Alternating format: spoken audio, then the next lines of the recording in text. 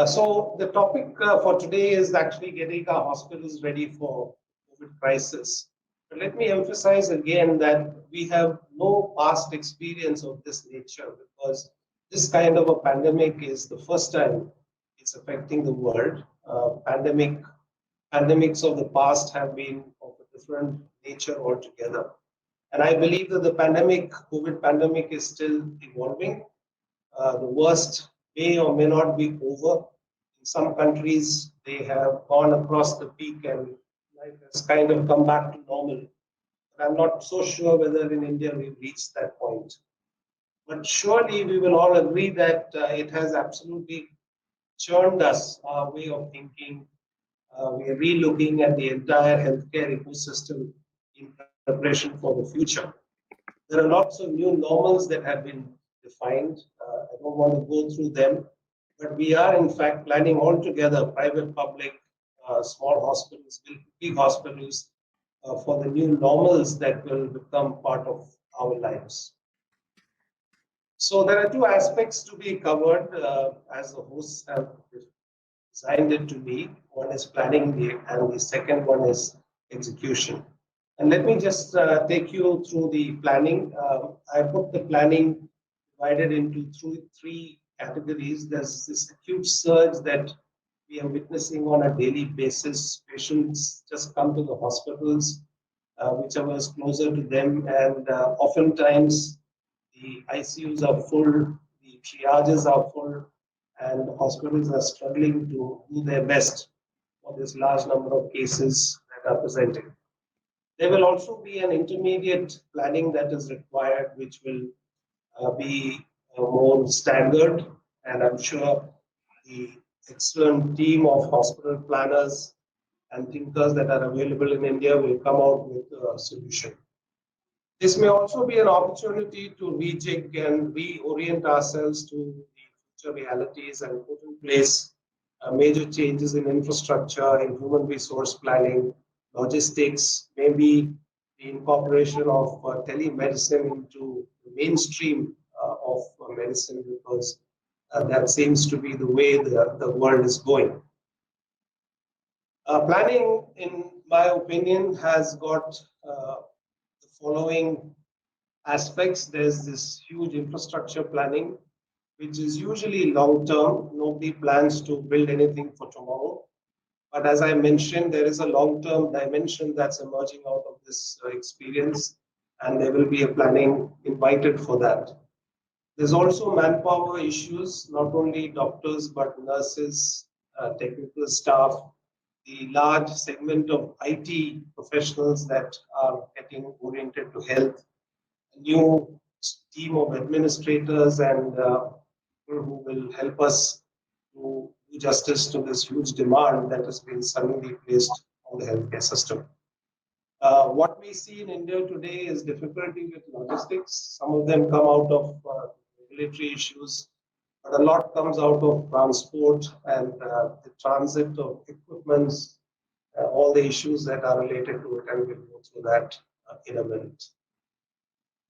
So let me just say, and this is for the consumption of everybody who's already tuned in, what are we trying to do in saying that we're getting ready to plan our hospitals to absorb this huge caseload? I think there are 5 principles. One is that we as a healthcare community have to respond to this need. It's a crisis, it's an emergency, and wherever we are, private, public, small or big, we need to respond, and that's part of our healthcare DNA. It's not enough to respond, there is a time factor. We have to put in rapid response strategies because the epidemic is on us and it has affected us badly, and therefore whatever we are planning must be very quick. Then one very important thing which I think has been ignored as part of a knee-jerk reaction, as part of our emotional reaction to this huge caseload that we are seeing, we often forget that the core services of our hospitals are suffering. We know, we've heard of big hospitals, good hospitals in urban setups that have been shut down because somebody got infected in certain cities.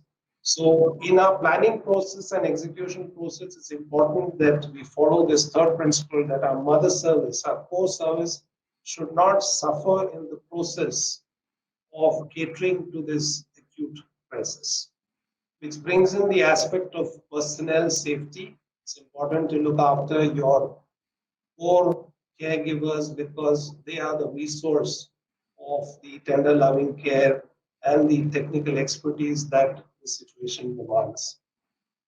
Not to forget financial sustainability, and we've heard from various sources the struggles that hospitals are going through, pulling out of their core resources, not having enough funding, and people are struggling, and it puts a huge question mark on the long-term sustainability of moderate and small hospitals that exist in various parts of our country. These are the facts. There have been forced closures of large hospitals, as I mentioned a minute ago, because of various reasons, largely because COVID positivity has affected a group of people. There have been mass quarantining. Just this morning, I read that 31 nurses and 5 doctors in a fairly good hospital have been, quarantined. It's actually a loss of a chunk of our expert manpower who's supposed to be the caregivers, and therefore it creates a wider demand-supply mismatch. There's also a tremendous resource non-availability in terms of simple things like masks and personal protective gear, hand rubs and sanitizers. It's run out of stock and people are struggling. As I mentioned, financial crunch because there is not enough finances coming in. People are not willing to pay for these emergency services, or they don't really have money. Therefore, the hospitals are pulling it out of from their reserves, and it will lead to a financial crunch as we go on. Not to forget, there's also a stigma that has come on. There are patients who are regular patients of hospitals who no longer want to come during this crisis because they believe that the hospital and the doctors are harboring the COVID infection and therefore they keep themselves away. This is only going to become bigger, at least in the intermediate term. Even after the COVID crisis is declared over, there will be a resistance for people who are not so well aware of the biology of the virus avoid coming to the hospital, which means that there will be a revenue issue. I just want to quickly read part of a letter which I received from a senior colleague, which will actually symbolize this whole issue that I'm talking about. Yes, sir. We have been in the middle of a crisis. The COVID facility which we have created has run into major problems. We now have 20 isolation beds and 6 ICU beds dedicated for COVID-19 patients. We've had 20 suspected COVID-19 patients in isolation so far. Ever since this news was publicized by the government that we are a COVID-19 facility, our OP footfall has become zero. We are told not to do any other elective procedures or surgery, and patients are scared to come. Our staff are stigmatized and under tremendous social pressure, so much so that we have given accommodation to all categories of staff and supplying them food. There is no money left in our coffers to pay salaries. These are ground zero realities of small hospitals in the periphery, which nobody is talking about. But the reality has struck us hard. Looks like the dictate is as follows. Yours is not to question why. Yours is just to do and die. Take care, be safe. This is a very emotional letter from a senior colleague, but it actually is a prototype or a testimonial to the difficult situation that many hospitals are facing. Some of you in the audience will agree with that. So the ask is this.